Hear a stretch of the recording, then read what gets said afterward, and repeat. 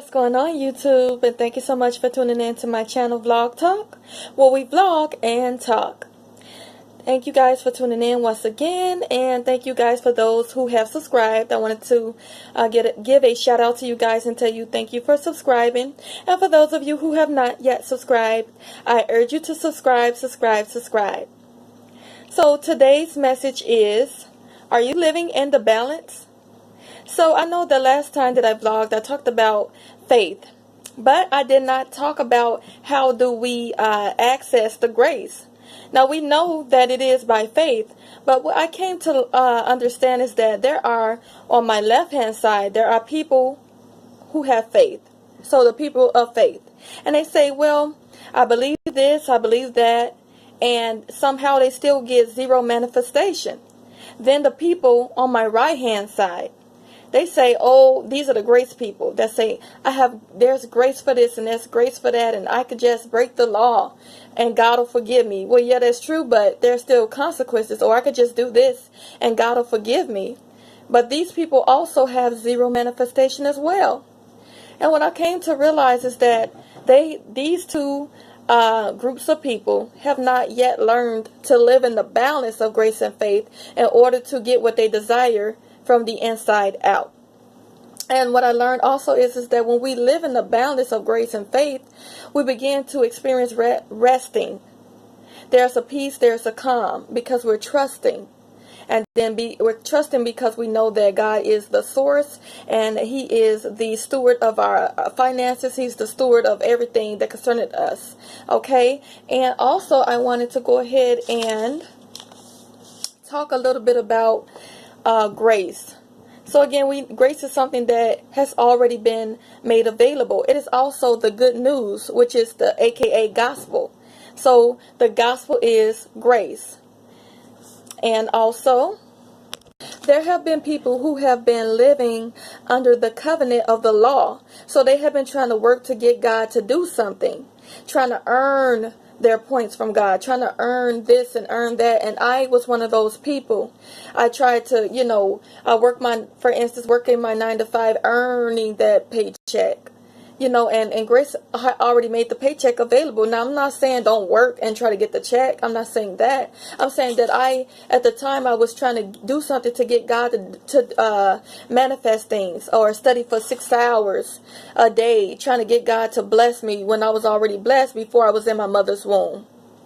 And when we do that, we are stepping outside of the grace of God, back under the covenant of the law. So we need to learn how to get in the covenant of the grace, get under the covenant of the grace. And the way we do that is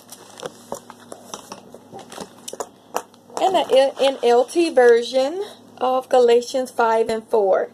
It says that, for if you are trying to make yourselves right with God by keeping the law, it says that you have been cut off from Christ. You have fallen away from God's grace. So it is telling us that when we operate under this law, this world system, we have fallen from grace. So the moment we try to do something to get God to do, what He has already done, we fall from the grace of God and we get cut off from His supply, His promise. And we don't want that.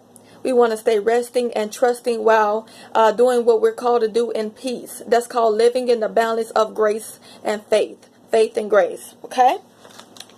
I also wanted to say that in the book of Romans 4:16, it even tells us how to access the grace. So if I had $100 and I said, who wants this $100?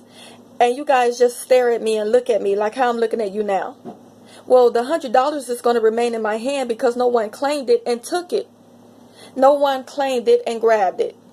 Okay? And if you don't grab what's yours, it'll never be manifested in your life. You have to grab and take it by force. You have to snatch this $100 bill out of my hand in order to make that transfer. And he tells us exactly how do we snatch the grace from the supernatural into the natural. So in Romans 4:16 it says that, therefore it is of faith that it might be by grace and may be guaranteed to all Abraham's seed or offspring. Not only to those of the law, but those that have the faith of Abraham. So it's not only to those of the law, but to those who have the faith of Abraham.